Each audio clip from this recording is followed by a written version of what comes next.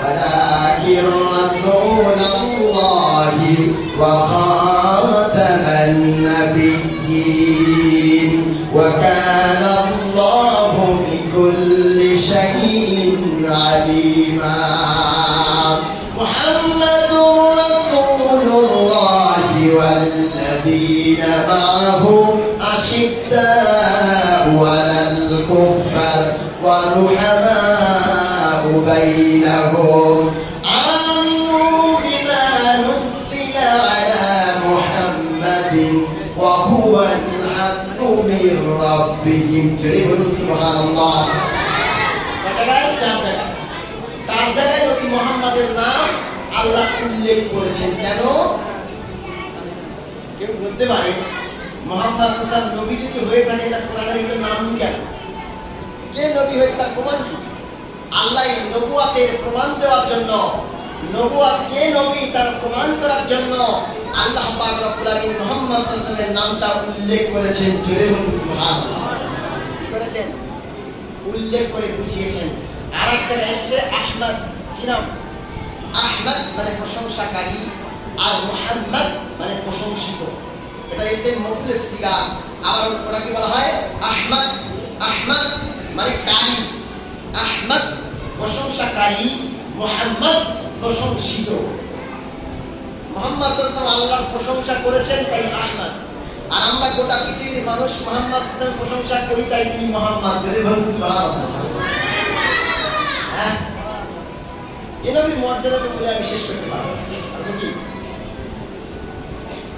কোন নবীকে আল্লাহ মেরাজ করিয়েছেন পারেন না কোন নবীকে আল্লাহ মেরাজ করার নাই কিন্তু আমার আপনার নবীকে আল্লাহ মেরাজ করিয়ে সকল নবীদের নেতা বানিয়েছেন জোরে বলুন সুবহানাল্লাহ বানিয়েছেন সকল নবীদের নেতা বানিয়েছেন এই সমাজকে এই সেরা সম্মান দান করেছেন এরপর মুহাম্মদ সাল্লাল্লাহু আলাইহি ওয়াসাল্লামের সম্মান দেখুন আরেকটা পয়েন্ট বলে আমি সম্মানের বিষয়টা শেষ করব আদর্শের বিষয়ের দিকে ঢুকব আল্লাহ পাক রব্বুল আলামিন বলেন ইয়া আইয়ুহাল্লাযীনা আমানু লা তারফাউ আসওয়াতাকুম ফাওকা সাওতিন নবী আল্লাহ পাক কোরআনের মধ্যে বলেন ও পৃথিবীর মানবমণ্ডলী ঈমানদাররা শোনো ইয়া আইয়ুহাল্লাযীনা আমানু ওহে যারা ঈমান এনেছো যারা ঈমান বিশ্বাসী শোনো শোনো লা তারফাউ আসওয়াতাকুম ফাওকা সাওতিন নবী মুহাম্মদ সাল্লাল্লাহু আলাইহি ওয়াসাল্লামের কথার আওয়াজের উপরে তোমাদের আওয়াজ যেন উঁচু না হয়ে যায় তোমাদের আওয়াজ যদি উঁচু হয়ে যায় তাহলে বেয়াদবি করে ফেলবে আর এই বেয়াদবির কারণে আমি আল্লাহ রাব্বুল আলামিন কঠোর থেকে কঠোরতম শাস্তি দেব সেই শাস্তিটা কি আল্লাহ পাক বলেন ও পৃথিবীর মানুষ যদি মুহাম্মদ সাল্লাল্লাহু আলাইহি ওয়াসাল্লামের কথার উপরে তোমাদের কথার আওয়াজ উঠে যায় আওয়াজ উঁচু হয়ে যায় তাহলে অবস্থাটা কেমন হবে আল্লাহ পাক বলেন আন তাহবাতা আমালুকুম ওয়া আনতুম লা তাশউরুন আমার নবীর আওয়াজের উপরে যদি তোমাদের আওয়াজ উঁচু হয়ে যায় আমার নবীর কথার উপরে তোমাদের কথা যদি বুলন্দ হয়ে যায় আমার নবীর কথার উপরে তোমাদের কথা যদি সূর্য হয়ে যায় আওয়াজটা যদি উঁচু হয়ে যায় তাহলে শাস্তি হিসেবে আমি মুহাম্মদ সাল্লাল্লাহু আলাইহি ওয়াসাল্লাম ওই মুহাম্মদ সাল্লাল্লাহু আলাইহি ওয়াসাল্লাম সম্পর্কে বেয়াদবি করার জন্য আমি আল্লাহ রাব্বুল আলামিন শাস্তির ব্যবস্থা করেছি আন তাহবাতা আমালুকুম আমি তোমাদের জীবনের সব আমলগুলো বাতিল করে দেব ওয়া আনতুম লা তাশউরুন তোমরা সেটা কিছুতেই টের পাবে না মুহাম্মদ সাল্লাল্লাহু আলাইহি ওয়াসাল্লামের কথার উপরে যদি কোন ব্যক্তির কথা উঁচু হয়ে যায় তাহলে তার জীবনে যত আমল করেছে নামাজের আমল বাতিল হয়ে যাবে রোজার আমল বাতিল হয়ে যাবে হজের আমল বাতিল হয়ে যাবে সাদকার আমল বাতিল হয়ে যাবে নেক আমলের যত রকম সওয়াব আছে সব আল্লাহ বাতিল করে দেবেন কারণ মুহাম্মদ সাল্লাল্লাহু আলাইহি ওয়াসাল্লামের সঙ্গে বিয়াদবি করা চলবে না কেউ প্রশ্ন করতে পারে যে মুহাম্মদ সাল্লাল্লাহু আলাইহি ওয়াসাল্লাম পৃথিবীতে নেই তাহলে এই আয়াতের মান বোঝা যাবে মুফাসসির আলাইহির রাহমাত লিখেছেন যে মুহাম্মদ সাল্লাল্লাহু আলাইহি ওয়াসাল্লাম মৃত্যুবরণ করেন নাই ঈমান নাই মরেন নাই আমাদের নবী একটা হায়াতুল নবী শুধু পৃথিবীর জিন্দেগিতে পর্দা নিয়ে আলামে বারজাখে চলে গিয়েছেন তিনি কবরের জিন্দেগিতে এখনো জীবিত আছেন। মুহাম্মদ সাল্লাল্লাহু আলাইহি ওয়াসাল্লামের এই আদর্শ, এই কোরআনের আয়াতের মূল অর্থ ধরে রাখার জন্য মুফাসসির আলী রাহমাত লিখেছেন, মুহাম্মদ সাল্লাল্লাহু আলাইহি ওয়াসাল্লামের মাজারের কাছে গিয়ে উচ্চ আওয়াজে কথা বলা যাবে না। কি বলা যাবে না? উচ্চ আওয়াজে কথা বলা যাবে না। চিৎকার দেন, ইয়া রাসূলুল্লাহ বলেছেন যাবে না, চিৎকার দেওয়া যাবে না। তাহলে কিন্তু ওই আয়াতের মিসদাক হতে পারে তাহতাত আমালুহু, তোমাদের আমলগুলো বাতিল হয়ে যেতে পারে। আরেকটা পয়েন্ট মুফাসসির আলী রাহমাত লিখেছেন যে পৃথিবীতে নবী মুহাম্মদ সাল্লাল্লাহু আলাইহি ওয়াসাল্লাম নাই, কিন্তু তার রেখে যাওয়া উত্তরসূরি আল উলামা ওয়ারাসাতুল আম্বিয়া, হক্কানি আলেমরা হচ্ছে রাসূলুল্লাহ সাল্লাল্লাহু আলাইহি ওয়াসাল্লামের জ্ঞানী উত্তরাধিকারী। তাদের সামনে উচ্চ আওয়াজে কথা বলা যাবে না। কি বলেছি বুঝতে পেরেছেন? কোন হক্কানি আলেমের সম্মুখে উচ্চ আওয়াজে কথা বলা যাবে না। আলেমের সম্মুখে উচ্চ আওয়াজে কথা বললে আল্লাহ চাইলে এই আয়াত অনুযায়ী তার জীবনের সব আমলকে বাতিল করে দিতে পারে। হুঁশিয়ারি।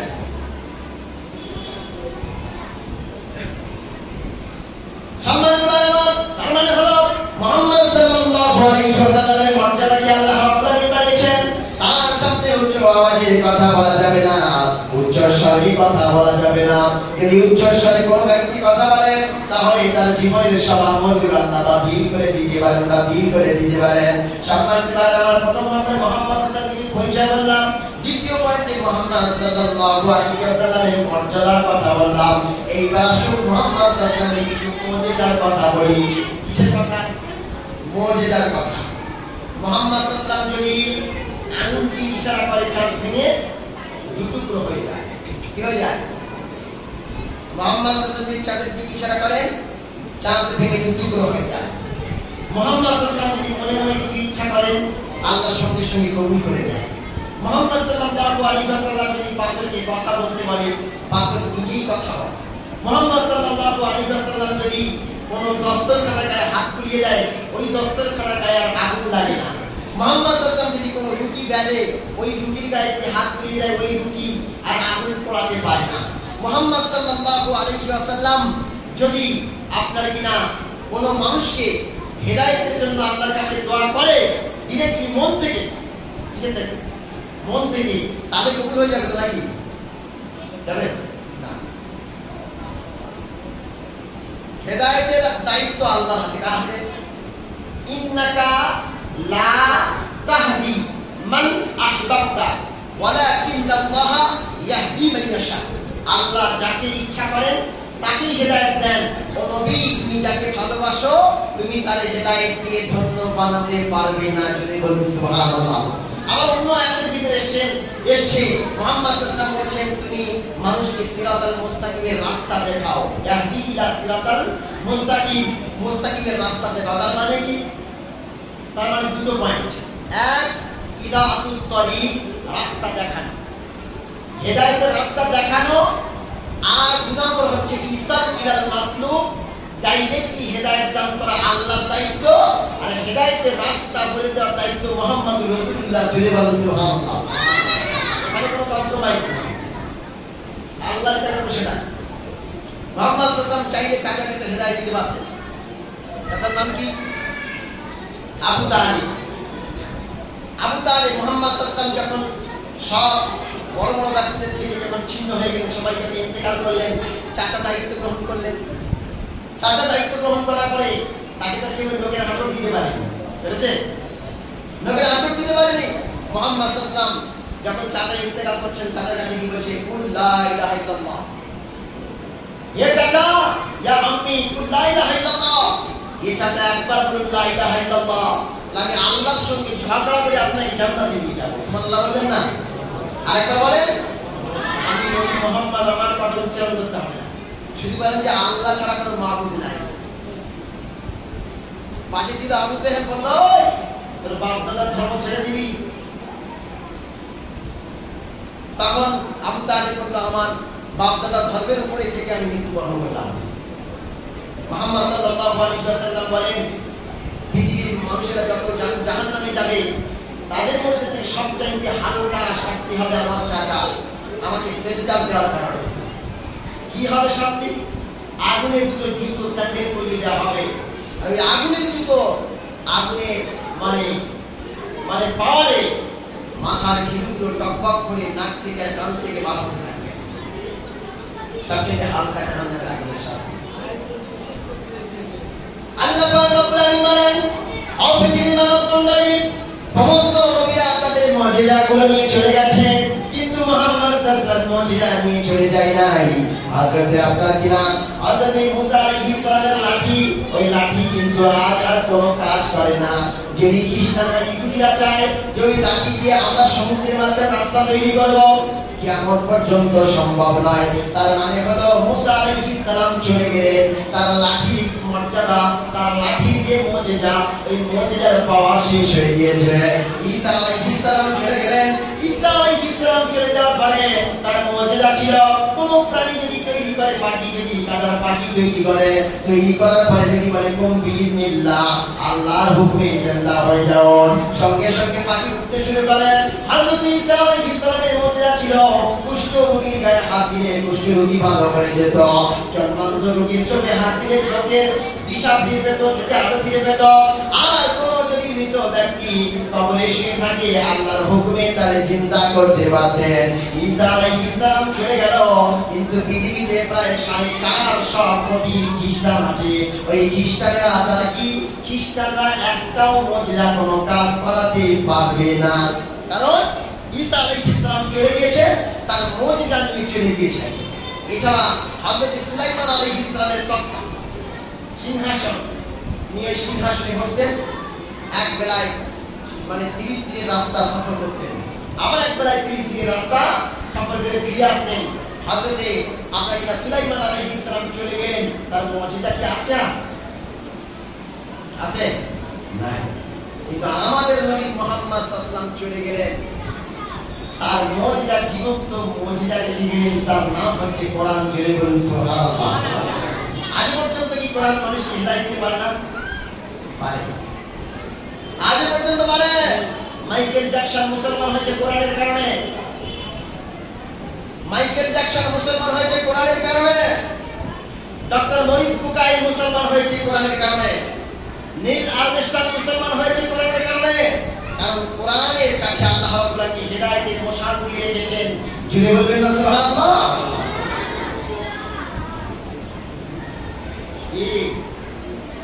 কোরআনের কাছে আসলে হিদায়াত পাবে। আর কোন ব্যক্তি যদি কোরআন ছেড়ে দেয়, দিয়ে যদি কোনো মজায় দিয়ে হিদায়াত চায়, কোন আলিমের কাছে যদি হিদায়াত চায়, কোন খানকায় গিয়ে যদি হিদায়াত চায়, কোন জামাতে গিয়ে যদি হিদায়াত চায়, না, হিদায়াত সে পাবে না। যদি ওই খানকায় কোরআন থাকে, যদি ওই মাজারে কোরআন থাকে, যদি ওই জামাতে কোরআন থাকে, যদি ওই হালকায় কোরআন থাকে, যেখানে কোরআন থাকবে, কোরআনের কারণে আল্লাহ তাদেরকে হিদায়াত দিয়ে ধন্য বানাবে। জয় বলুন সুবহানাল্লাহ। কি বানাবেন? গায়ে লাগলো নাকি? গায়ে লাগুক, চটুক, পাটুক, কষ্টা পড়ে অসুবিধা নাই। আমি এখানে আছি ইয়াহদি বিহি মান ইয়াশা। আল্লাহ কোরআনকে হিদায়াতের কিতাব করেছেন। কিসের কিতাব? হিদায়াতের কিতাব। কোরআনের কাছে আসলে কোরআন তাকে হিদায়াতের দিকে, হিদায়াতের রাস্তা দেখাবে। আর যদি কেউ কোরআনকে বাদ দিয়ে অন্য জায়গায় হিদায়াত খুঁজতে চায়, আল্লাহ তাকে দায়িত্ব নিয়ে গোমরা বানিয়ে দেবে। কি বানাবেন? গোমরা বানাবেন। কেউ যদি কোরআনের কাছে হিদায়াত নেওয়া বাদ দিয়ে অন্য কোথাও হিদায়াত নিতে যায়, আল্লাহ বলছেন আমি দায়িত্ব নিয়ে গোমরা বানিয়ে ছাড়বো। কথাটা খুব কঠিন কথা। হিদায়াত কার কাছে? কোরআনের কাছে। আসুন পয়েন্ট অনুযায়ী ঘোরানো হবে। আল্লাহ নবী মুজিজা বলছিলাম, সকল নবীরা মুজিজা নিয়ে চলে গেলেন, তাদের আর সেই সমস্ত মুজিজার জিনিসগুলো আর কাজ করে না। আর বর্তমান সময়ে আল্লাহ রাব্বুল আলামিন যে কোরআন কারীম মুহাম্মদ সাল্লাল্লাহু আলাইহি উপরে নাযিল করেছেন। মুহাম্মদ সাল্লাল্লাহু আলাইহি ওয়াসাল্লামের উপরে আসা সবচাইতে বড় মুজিজার নাম হলো কোরআনুল কারীম। এই কোরআন আজ পর্যন্ত গোটা বিশ্বের মানুষের কাছে মুজিজা, কারণ গোটা পৃথিবীর সকল কিতাবের ভিতরে ভুল আছে, একমাত্র অনলি ওয়ান কিতাব, অনলি ওয়ান বুক, এই কিতাবের ভিতরে কোন রকমের ভুল ত্রুটি দূরের কথা, সন্দেহের কোনো অবকাশ নাই। পৃথিবীর সকল কিতাব দুর্বলতা দিয়ে শুরু হয়েছে। যদি এই কিতাব লিখতে কোন রকমের ভুল থাকে, কোন ত্রুটি থাকে, ত্রুটি থাকে, আমাদের একটু পরবর্তী ফোন নাম্বারে কল করবেন। আগামী সংস্করণে এটা আমরা সংশোধন করতে বাধ্য থাকব। কিন্তু মুহাম্মদ সাল্লাল্লাহু আলাইহি ওয়াসাল্লামের উপরে কোরআন, যে কোরআন সবচেয়ে শ্রেষ্ঠ মুজিজা, এই কোরআনের শুরুতে লেখা হলো যালিকাল কিতাবু লা রাইবা ফীহ। এই জন্য গোটা পৃথিবীর মানুষের কাছে জীবন্ত মুজিজার নাম হলো আল কোরআনুল কারীম। জোরে বলুন সুবহানাল্লাহ। মুহাম্মদ সাল্লাল্লাহু আলাইহি ওয়াসাল্লামের মুজিজা কথা বললে হবে না। মুহাম্মদ সাল্লাল্লাহু আলাইহি ওয়াসাল্লামের মুজিজা কি? মুজিজা কাকে বলে? মুজিজা হচ্ছে ওই জিনিস যে সময়ে যে জিনিসের প্রভাব বেশি, তার উপরে যার মর্যাদা, তার নাম মুজিজা। জোরে বলবেন না সুবহানাল্লাহ। কারণ মুসা আলাইহিস সালামের সময় জাদুর প্রভাব বেশি ছিল। কিসের প্রভাব? জাদুর প্রভাব বেশি ছিল। ওই জাদুকে নষ্ট করার মতো ক্ষমতা আল্লাহ রাব্বুল আলামিন মুসা আলাইহিস সালামের লাঠির ভিতরে দিয়েছিলেন বলে এটাই তার মুজিজা হিসাবে গণ্য হয়েছে। জোরে বলেন না সুবহানাল্লাহ। আর মুহাম্মদ সাল্লাল্লাহু আলাইহি ওয়াসাল্লামের সময়ে সাহিত্যের যুগ ছিল। কিসের যুগ ছিল? সাহিত্যের যুগ ছিল। বিরাট বড় বড় সাহিত্যিক ছিল। তার মধ্যে ইমরুল কায়েস বিশাল বড় সাহিত্যিক ছিলেন। আর দুই জগতের কবি, মানে জাহিলিয়াত যুগের কবি আর ইসলামিক যুগের কবি হাসান বিন সাবিত, তিনিও একজন বড় কবি ছিলেন। সেই সময় কবিতার বিশাল বড় মর্যাদা ছিল। আল্লাহ বলেছেন ওই কবিতার মর্যাদাকে পূর্ণ করার জন্য আমি আল্লাহ রাব্বুল আলামিন গোটা বিশ্বের সেরা সাহিত্য কোরআনুল কারীমকে পাঠিয়েছি। সুবহানাল্লাহ। হ্যালো, কোরআনুল কারীমের একটা আয়াত, ইন্না আতাইনাকাল কাউসার ফাসাল্লি লিরাব্বিকা ওয়ানহার ইন্না শানিয়াকা হুয়াল আবতার। কাবা শরীফের কায়দা করে লেখা হলো মানে তাইয়ে দেওয়া হলো, তখন পৃথিবীর সব কবিরা জড়ো হয়ে গেল, জব্দ হয়ে গেল। তারা এর বিপরীতে কোনো কবিতা তৈরি করতে পারলো না। তারা বলল এটা নিঃসন্দেহে আল্লাহর আনিত বাণী। জোরে বলুন সুবহানাল্লাহ। মুজিজা কাকে বলে বুঝতে পেরেছেন? মুজিজা কাকে বলে এবার আপনারা বলি। মুহাম্মদ সাল্লাল্লাহু আলাইহি ওয়াসাল্লাম একটা মুজিজা বলি। মুহাম্মদ সাল্লাল্লাহু আলাইহি ওয়াসাল্লামের বাড়িতে এক মেহমান এসেছেন। মেহমান আসার কারণে মুহাম্মদ সাল্লাল্লাহু আলাইহি ওয়াসাল্লাম মেহমানকে রুটি খাওয়াতে চাইছেন। আয়েশাকে ডেকে বলল, আয়েশা রে শোন, ও আয়েশা শোনো। মুহাম্মদ সাল্লাল্লাহু আলাইহি ওয়াসাল্লাম আয়েশাকে ডেকে বলল, মেহমানের জন্য রুটি তৈরি করো। হযরত আয়েশা কি করলেন? আটাগুলো নিয়ে আসলেন, আটা পানি দিয়ে খামি তৈরি করলেন, আটাকে জমা করলেন, পানি দিয়ে খামি তৈরি করলেন। হযরত আয়েশা কি করলেন? আটা খামি তৈরি করে রুটি বেলতে শুরু করলেন। রুটি সব দ্বারা হয়ে গেল, একটা বাকি ছিল। মুহাম্মদ সাল্লাল্লাহু আলাইহি ওয়াসাল্লাম নিজে হাতে রুটিটা বেলে দিলেন, তৈরি করে দিলেন। এরপর আবার মেহমানের কাছে চলে গেলেন। মেহমানের কাছে চলে যাওয়ার পরে আয়েশাকে বলছে, আয়েশা রে এগুলো সেঁকে রেখে দাও, এগুলো সিদ্ধ করে রেখে দাও, তৈরি করে রেখে দাও। মুহাম্মদ সাল্লাল্লাহু আলাইহি ওয়াসাল্লাম মেহমানের কাছে ফিরে এসে বলছেন, আয়েশা হয়েছে? আয়েশা বলে, ইয়া রাসূলুল্লাহ, ইয়া হাবিবাল্লাহ, আমি সকল রুটিগুলো সেঁকে ফেলেছি, একটা রুটি বাকি আছে। অনেকক্ষণ আমি চেষ্টা করলাম, আগুনে দেওয়ার চেষ্টা করলাম, আগুন দিয়ে তাকে সুন্দর করে তৈরি করার চেষ্টা করলাম, কিন্তু আমি শতবার চেষ্টা করার পরে এই রুটির গায়ে কোনো মতেই আগুন লাগছে না। তার মানে হলো আয়েশা সিদ্দিকা রাদিয়াল্লাহু তাআলা যতগুলো রুটি নিজে হাতে বানিয়েছিলেন, সব রুটিগুলো আগুন দ্বারা পুড়িয়ে রুটি তৈরি হয়ে গেছে। কিন্তু মুহাম্মদ সাল্লাল্লাহু আলাইহি ওয়াসাল্লাম যে রুটিটা পেয়েছিলেন, ওই রুটির গায়ে কোনো আগুন লাগছে না। তারপর মুহাম্মদ সাল্লাল্লাহু আলাইহি ওয়াসাল্লাম বললেন, আয়েশা রে, এই আগুন কেন? জাহান্নামের আগুন যদি নিয়ে আসা হয়, যেটা দুনিয়ার আগুনের চাইতে 70 গুণ পাওয়ারফুল আগুন, ওই আগুন দিয়ে যদি আমি মুহাম্মদ সাল্লাল্লাহু আলাইহি ওয়াসাল্লামের হাত দিয়ে স্পর্শ করা রুটিটা দিয়ে দেওয়া হয়, কিয়ামত পর্যন্ত ওই আগুন রুটিকে পোড়াতে পারবে না। সুবহানাল্লাহ বললেন না? আর জোরে বলেন, জোরে বলো না। মাশাআল্লাহ। তাহলে বুঝলাম যে কেউ আছে। সম্মানিত ভাই, মুহাম্মদ সাল্লাল্লাহু আলাইহি ওয়াসাল্লামের মর্যাদা তো অনেক। মুহাম্মদ সাল্লাল্লাহু আলাইহি ওয়াসাল্লাম মনে মনে করেছেন, আল্লাহ এই বাইতুল মুকাদ্দাস কিবলা না হয়ে যদি কাবা বাইতুল্লাহ কিবলা হতো তাহলে কোনটা খুব ভালো হতো। শুধু এই কথা মনে মনে শুধু বলেছেন নামাজের ভিতরে। মুহাম্মদ সাল্লাল্লাহু আলাইহি ওয়াসাল্লাম 4 রাকাত বিশিষ্ট বাইতুল মুকাদ্দাস আছে, নামাজ পড়ছেন। হঠাৎ করে মনে মনে করলেন যে কাবা বাইতুল্লাহ যদি কিবলা হতো তাহলে খুব মনটা শান্তি হবে। আল্লাহ রাব্বুল আলামিন বলেন, ওয়া জিবরিল চলে যাও। মুহাম্মদ সাল্লাল্লাহু আলাইহি ওয়াসাল্লাম নামাজের ভিতরে মনে মনে করেছেন, আমি আল্লাহ রাব্বুল আলামিন তার কথাকে কবুল করলাম। সঙ্গে সঙ্গে আল্লাহ রাব্বুল আলামিন জিবরিলকে পাঠিয়ে দেন। জিবরিলকে পাঠিয়ে দিয়ে মুহাম্মদ সাল্লাল্লাহু আলাইহি ওয়াসাল্লামের কাছে নামাজের ভিতরে ওহী নাযিল করে ইনা বলে দিলেন, ফাওয়াল্লি ওয়াজহাকা শাতরাল মাসজিদিল হারাম। আল্লাহু আকবার। মুহাম্মদ সাল্লাল্লাহু আলাইহি ওয়াসাল্লাম নামাজের ভিতরে নামাজ পড়ছিলেন, কিন্তু মুহাম্মদ সাল্লাল্লাহু আলাইহি ওয়াসাল্লাম নামাজ তো পড়ছিলেন, নামাজের ভিতরে জিবরিল এসে বলল, ইয়া রাসূলুল্লাহ, ইয়া হাবিবাল্লাহ, আজকে থেকে বাইতুল মুকাদ্দাস আপনার কিবলা নয়, আপনার কিবলা হলো কাবা বাইতুল্লাহ। সুবহানাল্লাহ। শুধু মুহাম্মদ সাল্লাল্লাহু আলাইহি ওয়াসাল্লাম মনে মনে করতে দেরি আর আল্লাহ দিতে দেরি নয়। বলবেন না সুবহানাল্লাহ। এইবার লাস্ট পয়েন্ট বলে আমি শেষ করব। 48 আল্লাহ হযরত ইব্রাহিম আলাইহিস সালামকে খলিল বলেছেন। কি বলেছেন? বন্ধু তো অনেক রকম হয়, বিপদের বন্ধু, সুখের বন্ধু, খাওয়ার বন্ধু, দোস্ত, গল্পের বন্ধু, রাতের বন্ধু, দিনের বন্ধু, বন্ধু অনেক রকম হয় না? এই বাচ্চারা কথা বলছো কেন? বাচ্চারা কথা বলো না, বাচ্চারা কথা বলো না। বন্ধু অনেক রকম হয়। আল্লাহ রাব্বুল আলামিন ইব্রাহিম আলাইহিস সালামকে খলিল করেছেন, আর আমার আপনার নবী মুহাম্মদ সাল্লাল্লাহু আলাইহি ওয়াসাল্লামকে কি বলেছেন? হাবিব বলেছেন। বাহ, মাশাআল্লাহ। হাবিব বলেছেন আর খলিল বলেছেন, দুটোর মধ্যে পার্থক্য কি? মানে মনে আছে? বলেন।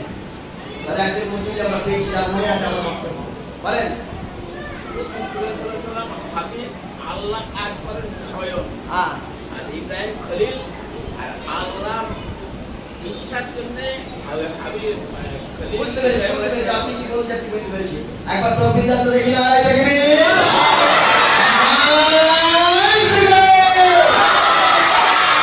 মাশাআল্লাহ মাশাআল্লাহ। তার মানে উনি বলতে চাইছেন হাবিব যার জন্য আল্লাহ নিজেই সব দিয়ে দেন, আর খলিল যিনি আল্লাহর জন্য সব দিয়ে দেন। সুবহানাল্লাহ। আল্লাহর জন্য যিনি সব দিয়ে দেন তিনি হচ্ছেন খলিল। আল্লাহ বললেন, যাও ও ইব্রাহিম, তোমার স্ত্রী আর বাচ্চাকে রেখে এসো, আমি আল্লাহ আমার জন্য রেখে আসলেন। বাচ্চা যখন বড় হলো, ইব্রাহিম তোমার বাচ্চাকে আমার জন্য কুরবানি করো। ফলে বলছি আবার যখন ইব্রাহিম আলাইহিস সালামের নমরুদ বলল, আগুনে যাও, আগুনে চলে গেলেন। কার জন্য? আল্লাহর জন্য। আল্লাহর জন্য আগুনে গিয়েছেন, আল্লাহর জন্য স্ত্রী এবং সন্তানকে রেখে এসেছেন, আল্লাহর জন্য সন্তানকে কুরবানি দিয়েছেন। মানে হযরত ইব্রাহিম আলাইহিস সালাম আল্লাহর জন্য সব দিয়ে দিয়েছেন, আর আল্লাহ রাব্বুল আলামিন মুহাম্মদ সাল্লাল্লাহু আলাইহি ওয়াসাল্লামের জন্য সব কিছু দিয়েছেন। কিভাবে? ও নবী, আমি তোমাকে মাকামে মাহমুদ দান করেছি। ও নবী, আমি তোমাকে কাউসার দান করেছি। ও নবী, আমি তোমাকে লিডার অফ দ্য ওয়ার্ল্ড বানিয়েছি। ও নবী, তোমার জিকির আমি গোটা বিশ্বময় করেছি। ও নবী, তোমার সম্মানকে আমি উন্নত করেছি। ও নবী, যেখানে আমার নাম তার পাশে তোমার নাম দিয়েছি। ও নবী, তোমাকে সকল নবীদের সম্রাট বানিয়েছি। জোরে বলুন সুবহানাল্লাহ। সকল নবীরা গিয়ে ওহী নিয়ে এসেছেন, গিয়ে কিতাব নিয়ে এসেছেন, আর আল্লাহ স্বয়ং জিবরিলকে 24,000 বার নবীর কাছে পাঠিয়ে দিয়েছেন। জোরে বলুন সুবহানাল্লাহ। মুহাম্মদ সাল্লাল্লাহু আলাইহি ওয়াসাল্লাম যখন খন্দক খনন করছেন, ওখানে জিবরিল পৌঁছে গিয়েছে। মুহাম্মদ সাল্লাল্লাহু আলাইহি ওয়াসাল্লাম যখন বদর প্রান্তরে, সেখানে জিবরিল চলে গিয়েছে। মুহাম্মদ সাল্লাল্লাহু আলাইহি ওয়াসাল্লাম যখন উহুদের ময়দানে, সেখানে জিবরিল। মুহাম্মদ সাল্লাল্লাহু আলাইহি ওয়াসাল্লাম যখন আয়েশার কোলে, সেখানে জিবরিল। মুহাম্মদ সাল্লাল্লাহু আলাইহি ওয়াসাল্লাম যখন কাঁদছেন, তখন জিবরিল। মুহাম্মদ সাল্লাল্লাহু আলাইহি ওয়াসাল্লাম যখন হাসছেন, তখন জিবরিল। মুহাম্মদ সাল্লাল্লাহু আলাইহি ওয়াসাল্লাম বক্তব্য দিচ্ছেন, তখন জিবরিল। মুহাম্মদ সাল্লাল্লাহু আলাইহি ওয়াসাল্লাম যখন নামাজ পড়ছেন, তখন জিবরিল নাযিল হয়েছিল। সুবহানাল্লাহ। এই নবীর মর্যাদা, এই নবীর গুণ, এই নবীর মান আমি আপনাকে কি করে বোঝাই? লাস্ট পয়েন্ট বলেছি নবীর আদর্শ। লাস্ট এন্ড ফাইনাল কথা বলবো, বলে আমি সালাম জ্ঞাপ করে দোয়া করবো ইনশাআল্লাহ। এই নবীর আদর্শ আমি আপনাকে কি করে বলি, কারণ বলার মতো যোগ্যতা তো আমার নাই। তবু তার একটা উম্মাদ হিসাবে একটা কথাই বলি, মুহাম্মদ সাল্লাল্লাহু আলাইহি ওয়াসাল্লামের আদর্শ নেই। মুহাম্মদ সাল্লাল্লাহু আলাইহি ওয়াসাল্লাম রাস্তা দিয়ে যাচ্ছে, সঙ্গে আছে আনাস, কি নাম বললাম? আনাস। রাসূলের 10 বছরের খাদিম আনাস রয়েছে। তার ঘাড়ের উপরে একটা ইয়ামানি চাদর আছে, চাদর, এটা মনে করুন চাদর, এর কানাগুলো খসখসে একটা মানে কিছু দিয়ে বাঁধানো আছে। আপনাদের বিভিন্ন কান হয় দেখবেন, তার নিচে বিভিন্ন রকমের কিছু দিয়ে বাঁধানো থাকে করে দিয়ে, এটা ধারালো মতো এরকম ভাবে গলায় আছে। মুহাম্মদ সাল্লাল্লাহু আলাইহি ওয়াসাল্লাম যাচ্ছেন, যেতে যেতে হঠাৎ করে পিছন থেকে একজন গ্রাম্য মানুষ, গাঁওয়ার মানুষ, আনপড় মানুষ, আনকালচারাল আম মানুষ হঠাৎ করে চাদর ধরে টান মারলেন। কি মারলেন? চাদর ধরে টান মারলেন। টান মারার কারণে এইভাবে টান মারা হয়, এখানে কেটে যাবে না, ছিঁড়ে যাবে না, দাগ বসে যাবে না, রক্ত বার হয়ে যাবে না। তো মুহাম্মদ সাল্লাল্লাহু আলাইহি ওয়াসাল্লামকে একজন সাধারণ মানুষ টান মারলেন, মারার কারণে মুহাম্মদ সাল্লাল্লাহু আলাইহি ওয়াসাল্লামের গলার ভিতরে ছিঁড়ে গেল, কেটে গেল, রক্ত বার হয়ে গেল। মুহাম্মদ সাল্লাল্লাহু আলাইহি ওয়াসাল্লাম ফিরে তাকালেন, তাকিয়ে সেই গ্রাম্য মানুষ, সাধারণ মানুষের দিকে ভুবন লাগানো হাসি দিলেন, আর হাসি দিয়ে মুহাম্মদ সাল্লাল্লাহু আলাইহি ওয়াসাল্লাম তাকে খুশি করলেন। জোরে বলুন সুবহানাল্লাহ। বলে মুহাম্মদ, তোমার যে বাইতুল মালে অনেক মালমাত্তা করতে যাওয়া, অনেক কিছু দান করো, আমাকে কিছু সাহায্য করো। তার মানে বর্তমান সময়কে দিয়ে যদি বোঝাই, কেউ কোটিপতি, তারা ঘাড়ে একটা রুমাল আছে, রুমালের কারণটা খসখসে, তার বাড়িতে একজন ভিখারি এসেছে, আর সে ঘর থেকে বার হয়ে যাচ্ছিল, পিছন দিক থেকে রুমাল ধরে টান দিয়ে বলছে, বেটা হাজি সাহেব, তোমার এই জাকাতের পয়সা থেকে আমার 500 টাকা দাও।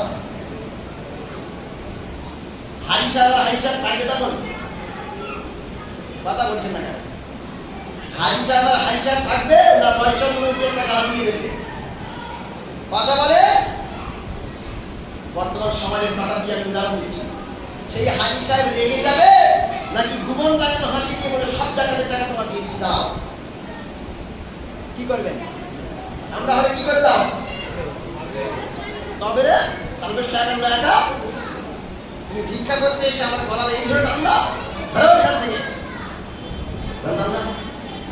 আল্লাহ নবী বলছেন সাইডকে ধমক দেবে না।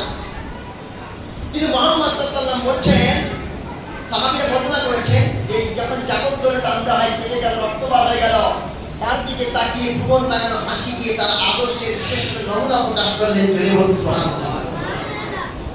বলতো, ও সাহাবীরা, যাও যাও যাও, বাইতুল মাল থেকে এই বান্দা যত চায় তত দিয়ে দাও। জোরে বলুন সুবহানাল্লাহ। আর আমাদের হাজিটা বলে এই যে 5 টাকা হাত করে পাবো, জালিমা গুনাহগার ভিক্ষা করতে এসেছে, আমার গলার রুমাল ধরে টান দেয়, আবার কেটে যায়। সেই নবীর উম্মত আমরা, আমাদের কি সেই আদর্শ অনুসরণ করা উচিত না উচিত নয়? জেনে বলেন, তাহলে কোনোদিন কি আর ভিখারিকে ধমক দিয়ে দাঁড়িয়ে দেবেন? আপনি যদি নাই বা পারেন, বলবেন বাবু আমাকে মাফ করবেন, আমার কাছে এই মুহূর্তে খুচরা টাকা নেই। আপনি যদি নরম কথা নিয়ে বলেন, আল্লাহ নবী বলছেন কোন হাসি মুখে কেউ যদি একটা কথা বলে, নরম কথা, সেটাও একটা তার জন্য সদকা হয়ে যায়। বলেন তো সুবহানাল্লাহ। হাতির দাম হাতি মরলেও লাখ টাকা, আর বাঁচলেও লাখ টাকা। হাতির দাঁত মরলে ক টাকা? লাখ টাকা, বাঁচলে লাখ টাকা। কারণ মরে গেলে সেই দাঁত থাকবে, আর জীবিত থাকলে সেই দাঁত থাকবে।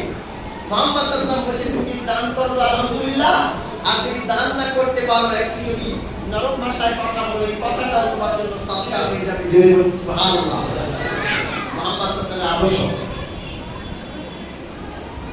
আর আমাদের আদর্শ।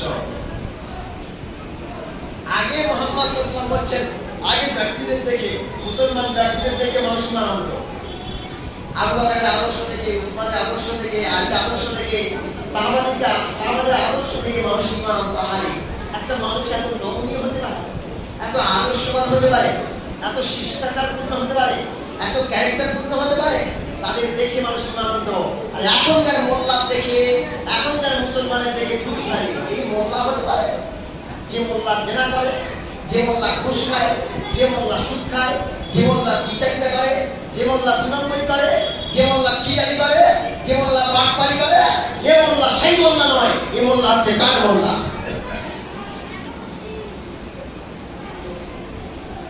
মুহাম্মদ সাল্লাল্লাহু আলাইহি ওয়াসাল্লাম বলছেন মোল্লা না হয়ে মরো। আল্লাহ বলছেন মোল্লা না হয়ে মরো না।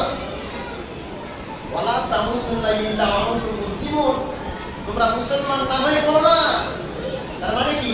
আল্লাহ বলছেন তোমার জবানকে মুসলমান বানাও, তোমার চোখকে মুসলমান বানাও, তোমার হাতকে মুসলমান বানাও, তোমার পাকে মুসলমান বানাও, তোমার ব্রেন বুদ্ধি আর বিবেককে মুসলমান বানাও, তোমার আই ইনকামকে মুসলমান বানাও। আমরা তো মুসলমান চোখকে বানাতে পারি। চোখে মুসলমান বানানো হবে যখন করোনার থেকে চোখ বুঝে রাখবে, খারাপ জিনিস দেখা থেকে চোখকে বিরত রাখবে, তখন চোখ মোল্লা হবে। মুখ থেকে যখন মিথ্যা হবে না, 2 নম্বরে হবে না, গালিগালাজ হবে না, তখন মুখটা আমার মুসলমান হবে। আমার হাত কখন মুসলমান হবে?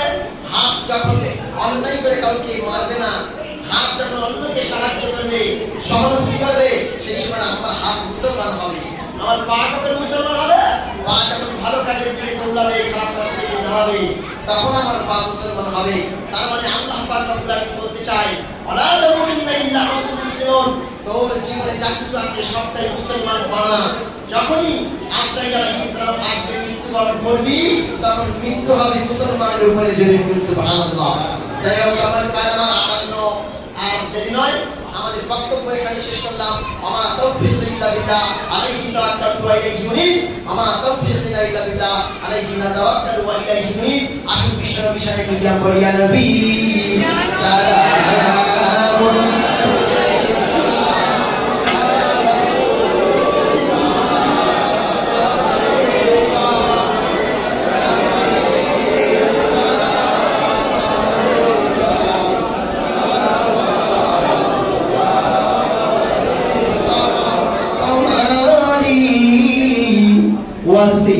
वसीलती या कदीरे आदो हावा होइलो बाबू दरदाया कबूलो करी लेंदो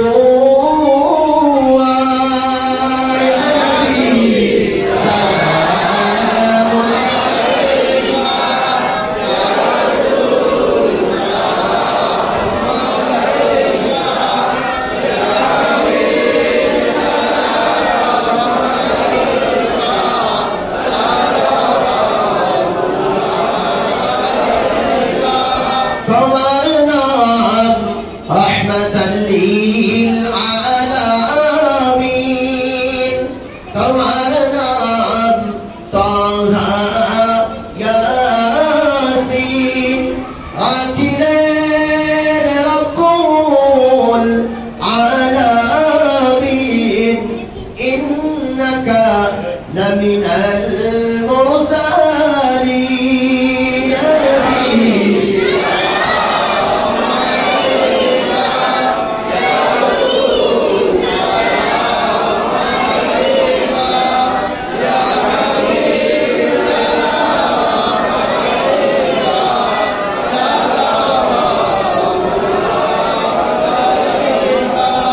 या रसूल अल्लाह अपनी मोদের বাসনা ইয়া রাসূলুল্লাহ আপনি মোদের ঠিকানা কবে যাব সোনা